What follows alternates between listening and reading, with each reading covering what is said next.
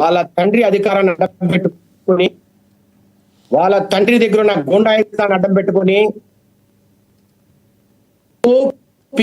గారు ప్రధానమంత్రిగా వస్తే ఘనత అండి వైఎస్ రాజశేఖర గారిది. చుట్టుపక్కల అంతా కిరాయి హంతకులు పెట్టుకొని వారు రాజకీయం చేశారు. కడప జిల్లా కావని, అట్లాగే రాయలసీమ. అలాంటి ఒక ఆలోచనలతో, అలాంటి పరిస్థితుల్లో నుంచి రాజశేఖర రెడ్డి గారు చనిపోయిన తర్వాత వీరు రాజకీయాలు ఈరోజు ఏదైతే కొన్ని మంచి చేశారో రాజశేఖర రెడ్డి గారు, రాజశేఖర రెడ్డి గారి ఆ పనులని ఈయన అన్ని ఊర్లకు పోయి అందరికీ చెప్పి, రాజశేఖర రెడ్డి గారి కొడుకుని నేను, రాజశేఖర రెడ్డి గారి నాకు కూడా ఓట్లేండి అని చెప్పి రోజు ప్రజల దగ్గరికి పోయి ఒక్కసారి ఓట్లు వేయించుకుని 2019లో ముఖ్యమంత్రి అయిన వ్యక్తి జగన్మోహన్ రెడ్డి గారు.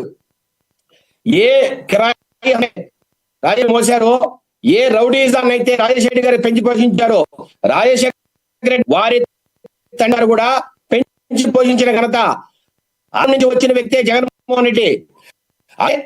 ఇప్పుడు మనం ఒకసారి చూడండి, మెడికల్ కాలేజ్ పిపిపి విషయంలో కూడా పూర్తిగా బెదిరించే పరిస్థితి. అసలు ఎవరైనా సరే ఈ కాలేజీలకు టెండర్లు వేస్తే మిమ్మల్ని జైలుకు పంపుతాం, మీ సంగతి తెలుస్తామని ఎవరైనా ఒక మాజీ ముఖ్యమంత్రి ఏ రాష్ట్రంలో అయినా ఈ భారతదేశంలో ఎవరైనా బెదిరించిన దాఖలాలు ఉన్నాయా? ఆంధ్రప్రదేశ్ లోనే జరుగుతోంది.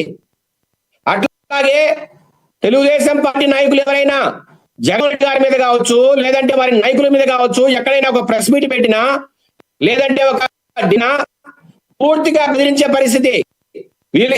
వీళ్ళకు వచ్చిన భాష కావచ్చు, వీరు చేసే పనులు కావచ్చు, అనైతికమైన పనులు, అనాథ పనులు, ఇలాంటి వ్యక్తులు ఉన్న ఈ రాష్ట్రంలో ఈ రోజు పవన్ కళ్యాణ్ గారు మాట్లాడడంలో తప్పే ఉందండి. చంద్రబాబు నాయుడు గారు చాలా సాఫ్ట్ గోయింగ్ పర్సన్, చాలా సేవకులు, నాగరిక వ్యక్తి. ఎక్కడైనా 30-40 సంవత్సరాల ఆయన రాజకీయంలో చంద్రబాబు ఒక తిట్టుమాట మాట్లాడరు, ఒక చిన్న తప్పు కూడా చేయరు. అలాంటి వ్యక్తిని పట్టుకొని అన్యాయంగా మాట్లాడడం. చంద్రబాబు నాయుడు నువ్వు గాడులు కాస్తున్నావా? చంద్రబాబు నాయుడు గారు మీరేం పీకుతున్నారు? ఎందుకంటే వాళ్ళ రౌడీ సామ్రాజ్యాన్ని పెంచి పోషించుకొని రాష్ట్రంలో వ్యక్తిని బెదిరించడం. ఆ పరిస్థితుల్లోనే ఈరోజు పవన్ కళ్యాణ్ గారు మాట్లాడాల్సి వస్తుంది. పవన్ గారు, అయ్యా డెమోక్రటిక్ చేయాల్సినన్ని చేస్తాం, కానీ శృతి మించితే మేము కూడా మా చేయిరటకు మాట్లాడతాం. అది లాస్ట్. అంతవరకు మేము చేయాల్సిన పనులన్నీ డెమోక్రటిక్ వేలో ప్రజాస్వామ్య పరిరక్షణ కోసమే చేస్తామని కూడా పవన్ కళ్యాణ్ గారు చెప్తున్నారు. రెండో విషయం, ఈ రోజు జగన్మోహన్ గారు అంటున్నారు తెలుగుదేశం పార్టీ ప్రభుత్వం ఎత్తిపోయింది, కూటమి ప్రభుత్వం ఎత్తిపోయింది, వీళ్ళలో ఈ రోజు ఏమాత్రము విషయం లేదు, ప్రజల విశ్వాసం కోల్పోయారు, వచ్చేది మేమే, వచ్చిన తర్వాత ఈరోజు పోలీసు అధికారులు కావచ్చు, లేదంటే రెవెన్యూ అధికారులు కావచ్చు, లేదంటే ఐఏఎస్ కావచ్చు, ఐపీఎస్ కావచ్చు, మీ అందరి సత్తా చూస్తాం, మీ సంగతి చూస్తాం. ఎవరైనా తెలుగుదేశం పార్టీ నాయకులకు కావచ్చు, లేదంటే ప్రజలకు కావచ్చు సపోర్ట్ చేస్తే మేము వచ్చిన తర్వాత మీ సత్తా తెలుస్తాం. ఈరోజు జగన్మోహన్ గారు తెలుస్తున్న మాట వాస్తవం కాదా? మళ్ళీ అలా బెదిరింపులు దిగినప్పుడు అధికారుల పరిస్థితి మీరు ఒక్కసారి చూడండి. మన ఈ మధ్య కాలంలో పవన్ కళ్యాణ్ గారు ఉన్నారు, అయ్యా అధికారులే నా దగ్గరికి వచ్చి జగన్మోహన్ గారు చుట్టూరు కిరాయిందులు ఉంటారు, కిరాయి రౌడీలు ఉంటారు, వాళ్ళతో మాకు ఎంతంటే ఇబ్బంది. అధికారులు కింద స్థాయి అధికారులు కూడా పరిస్థితి. ఇలా అధికారులను భయపెట్టడం, తెలుగుదేశం పార్టీ నాయకులను, కూటమి నాయకులను, జనసేన నాయకులు అందరినీ ఈ రాష్ట్రాన్ని ఒక క్రిమినాలిటీ వైపు తీసుకెళ్లడం, అందరినీ బెదిరించడం, మాట విని ప్రతి వ్యక్తిని సంగతి తెలుస్తామని మాట్లాడడం, ఇది వాళ్ళ నైజం. ఏమన్నారండి ఈ మధ్య కాలంలో కడప ఎంపీ అవిరెడ్డి గారు ఒక మాట అన్నారు. ఆదినారాయణ రెడ్డి గారు వైఎస్ భారతమ్మ మీద, అట్లాగే జగన్మోహన్ మీద కొన్ని ఆరోపణలు చేస్తే అవినాష్ రెడ్డి ఒకే మాట అన్నారు, అయ్యా మేము మీ ఇంటికి వచ్చి కూర్చుంటాం, నీ ఇంటికి వచ్చి మీ ఇంట్లోనే నీ సంగతి తెలుస్తాం. నువ్వు పులివెందుల నాయకులు అంటే ఏమనుకుంటున్నావని బెదిరించిన మాట వాస్తవం కాదా? ఇలాంటి పరిస్థితుల్లో జగన్మోహన్ కావచ్చు, ఆయన చుట్టూరు ఉన్న సామంతరాజులు ఏమంటే ఒక్కసారి ఆలోచించండి. రాయలసీమ రెడ్డి, పెద్దిరెడ్డి మిథునరెడ్డి కావచ్చు, వారి తండ్రి రామచంద్రారెడ్డి కావచ్చు, వాళ్ళకున్న క్రిమినల్ బ్యాక్గ్రౌండ్ రాయలేదు. అట్లాగే వైవి సుబ్బారెడ్డి ప్రకాశం డిస్టిక్ లో, ఇట్లా రకరకాల వ్యక్తులు వాళ్ళ సామంతరాజులు వాళ్ళు చేసే అరాచకాలు అన్ని కావు. 1,00,00,000 కోట్ల కల్తీ లిక్కర్ కుంభకోణం. ఏమంటే ఒరిస్సా సెకండ్ తెప్పించి ఇక్కడ అమ్మిన మాట వాస్తవం కాదా? 1,00,00,000 కోట్ల పైన అవినీతి జరిగిన మాట వాస్తవం కాదా? అట్లాగే ఇసుక వ్యాపారం, రెడ్డి అనే వ్యక్తిని అడ్డం పెట్టుకొని 50,000 కోట్ల పైన ఇసుక వ్యాపారం, పెద్దిరెడ్డి మిథునరెడ్డి కావచ్చు, సజ్జల రామకృష్ణారెడ్డి కావచ్చు, విజయసాయి రెడ్డి కావచ్చు, ఇలాంటి వ్యక్తులు అమ్మారు. కాకుండా మీరు ఈ మధ్య కాలంలో చూశారు రాయలసీమ ఎత్తిపోత పథకం. నేనేదో రాయలసీమను ఉద్ధరిస్తున్నా, రాయలసీమ కోసం త్యాగం చేస్తానని మాట్లాడిన జగన్మోహన్ రెడ్డి రాయలసీమ ఎత్తిపోత పథకం ద్వారా తన అనుయాయులైన కాంట్రాక్టు, తనకు భారీగా సాయపడిన కాంట్రాక్టు వారిలు చేయాలని, ఎక్కడైతే మంచి మంచి ఎర్త్ వర్కులు ల్యాబ్స్ ఉంటాయో ఆ పనులని కట్టబెట్టి వారి 100,000 కోట్ల రూపాయలు అప్పనంగా అప్పగించిన సంగతి జనం మర్చిపోవాలా? ఇంకా వీరు చేసేవన్నీ అరాచకాలే, ఇదంతా అవినీతి. పూర్తిగా ఈ రాష్ట్రాన్ని ఒక క్రిమినాలిటీ వైపు.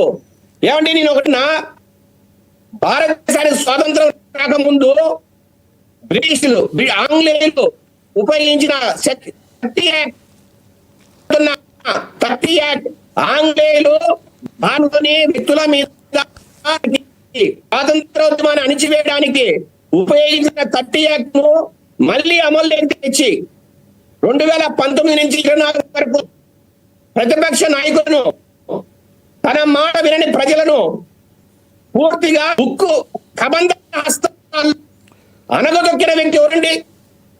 జగన్మోహన్ రెడ్డి. ఆయన సంబంధించిన ఇంకోటి కూడా ఈ కూటమి ప్రభుత్వం మీద ఇంకోటి కూడా చెప్తున్నారు.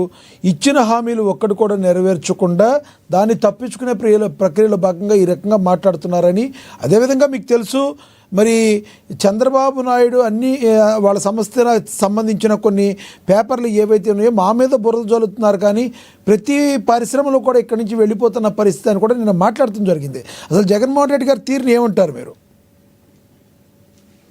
జగన్మోహన్ రెడ్డి గారి బతుకు అన్ని అబద్ధాలే. ఆయన ఈ చేతులు నులుపుకుంటూ, చేతులు పిసుక్కుంటూ, అమాయకమైన యాక్షన్, చుట్టూరు 4 సెలెక్టెడ్ గుర్తుపెట్టుకొని ఎవరో రాయించిన స్క్రిప్ట్ అండి అది. జగన్మోహన్ రెడ్డి గారికి స్వతంత్రంగా తెలివి లేదు. నిజంగా తెలివి ఉంటే ఏ సిటీని కానీ కట్టకూడదు అనే మాట చెప్తాడా? ఏమంటే ఈరోజు నిన్న ఒక ప్రెస్ మీట్ చూసాయింది. రివర్ ఫ్రంట్ లో అమరావతిని కట్టడం కరెక్ట్ కాదు అంటాడు. గత 5,000 సంవత్సరాలు ఏ నాగరికత అయినా అభివృద్ధి చెందింది ఈ దేశంలోనే, లేదంటే ఢిల్లీ కావచ్చు, లేదంటే కావచ్చు, అట్లాగే ప్రపంచ దేశాల్లో లండన్ కావచ్చు, బెల్గ్రేడ్ కావచ్చు, కైరో కూడా నదుల పక్కన ఉన్న ప్రాంతాల్లోనే వారు ఆ రోజు నాగరికత వెలిసింది. పెద్ద పెద్ద నగరాలు ఏర్పడ్డాయి. ఎక్కడైనా ఏ దేశంలో అయినా పెద్ద పెద్ద నదుల పక్కనే పెద్ద పెద్ద నగరాలు వెలుస్తాయి. అలాంటిది అమరావతి మీద విషయం చెప్పడం ఏమంటే, కృష్ణానది పక్కనే ఉంది, వరదలు మునిగిపోతాయని కట్టుకథలు చెప్పడం, ఇలా చెప్పడము జగన్మోహన్కి అలవాటు. అందువల్లనే ప్రతి విషయంలో, అమరావతి విషయంలో ఒకటే కాదండి, ప్రతి విషయంలోనూ ఈరోజు సూపర్ 6 గురించి మాట్లాడుతున్నాను. సూపర్ 6 లో పథకమైన అతిపెద్ద పథకమైన అవార్డిచ్చే 5 సంవత్సరాల కాలంలో సంవత్సరానికి 250 రూపాయలే ఈ రోజు మన ముఖ్యమంత్రి నారా చంద్రబాబు నాయుడు గారు ఒకేసారి 1000 రూపాయలు పెంచారు. 3000 ఉన్న పెన్షన్ రైట్ శేఖర్ రెడ్డి గారు, ఎస్ శేఖర్ రెడ్డి గారు, మరి కాసేపట్లో మీతో జాయిన్ అవుతాను. ఎస్ ఎస్ ఒకటండి, ఒకప్పుడు సంవత్సరానికి ఎస్ 50,000 60,000 కోట్లు ఖర్చు పెడుతున్న జగన్మోహన్ రెడ్డి ఈ రోజు ఒక్క పెన్షన్ స్కీమ్ 30 కోట్లు ఖర్చు పెడుతున్నారు. రైట్ శేఖర్ రెడ్డి గారు, మీ దగ్గర వాయిస్ కూడా స్ట్రక్ అవుతుంది. మరి కాసేట్లో మీ దగ్గర మీతో మాట్లాడతాను, కొంచెం అందుబాటులో ఉండండి, కొంచెం సిగ్నల్ ఉండేది చూసుకోండి, మళ్ళీ మాట్లాడతాం మీతో. మనతోటి అందుబాటులోకి వచ్చారు జనసేన నేత వీర మహిళ సుంకర కృష్ణవేణి గారు, ఆవిడతో మాట్లాడదాం. కృష్ణవేణి గారు నమస్తే అండి. నమస్తే అండి లక్ష్మీనాథ్ గారు, మీకు అలాగే ఏఎన్ఎన్ వీక్షకులకి ఇతర సభ్యులకు నమస్కారం. ఎస్ కృష్ణవేణి గారు, పవన్ కళ్యాణ్ గారు నేను మాట్లాడిన బయట ఒకటి ఉంది, ప్లే అవుతుంది చూద్దాం, మరి మీరు డిబేట్లోకి వద్దరు కానీ. ఎస్ ఆ బయట ప్లే అవుతుంది చూద్దాం. వాళ్ళు ఏం చేసినా సరే వాళ్ళు తెలిసింది ఒకటే, బూతులు తిట్టడం, ఇందాక నారాయణ గారు చెప్పినట్టు కేసులు పెట్టడం, ప్రజలకి మనశ్శాంతి లేకుండా చేయడం. మళ్ళీ అదే పాత పద్ధతి మొదలు పెట్టారు. మళ్ళీ పిఠాపురంలో గతం ఎన్నడూ లేని విధంగా మళ్ళీ మీరు స్టార్ట్ చేశారు. ఈ సందర్భంలో ఉన్నత పోలీస్ అధికారుల గారికి, జిల్లా మ్యాజిస్ట్రేట్ గారికి కూడా చెప్తున్నాను, లా అండ్ ఆర్డర్ని కనుక ఎవరైనా సరే పిచ్చిగా కనుక మీరు అభద్రతా భావానికి కానీ ప్రజల్ని చేస్తే అస్సలు ఉపేక్షించొద్దని చెప్తున్నాను. నా మాటలు చాలా మెత్తగున్నాయి కానీ చేతలు చాలా చాలా గట్టిగా ఉండి గుర్తుపెట్టుకోండి. ఇది మిడీవల్ పీరియడ్ కాదు కాబట్టి నా మాటలు చాలా నియంత్రణతో ఉన్నాయి. చేతలు చాలా చాలా గట్టిగా ఉండే గుర్తుపెట్టుకోండి. ఎందుకని మీరు రాజకీయ పరంగా ఏదైనా చేద్దామంటే సంతోషం, అది మీరు ఒక విమర్శ చేయండి, ఇక్కడ అభివృద్ధి బాగలేదు ఇంకోటి బాగలేదు, కానీ మీరు కులాల మధ్య మతాల మధ్య గొడవ పెట్టేద్దాం అనుకుంటే వాటిని మెటుకు నేను వ్యక్తిగతంగా చాలా పర్సనల్గా తీసుకుంటాను. ఎందుకంటే I believe firmly in the foundations of our constitution. నేను రూల్నే మాట్లాడతా, రూల్నే అప్లై చేస్తా. అది దయచేసి ఉన్నతాధికారులందరూ, అది మీరు కలెక్టర్ గారు కావచ్చు, ఎస్పీ గారు కావచ్చు, మీరు ప్లీజ్ అది మీరు చాలా ఫర్మ్గా అప్లై చేయండి. అది నేను స్వయాన ముఖ్యమంత్రి గారే మేము తప్పు చేసినా మాకు కూడా అప్లై చేయండి అని మేము శాసనసభలో చెప్పి we are bounded by that word. అందుకని ఎవ్వరు కూడా వ్యవస్థకు అతీతులు కాదు, నాతో సహా.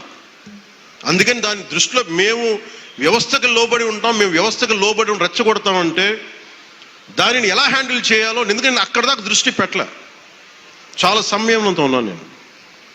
మీరు పిఠాపురంకు వచ్చి గొడవలు పెడదామంటే నేను ఇక్కడ కూర్చొని మొత్తం ఏరేస్తాను, అందరిని గుర్తుపెట్టుకోండి.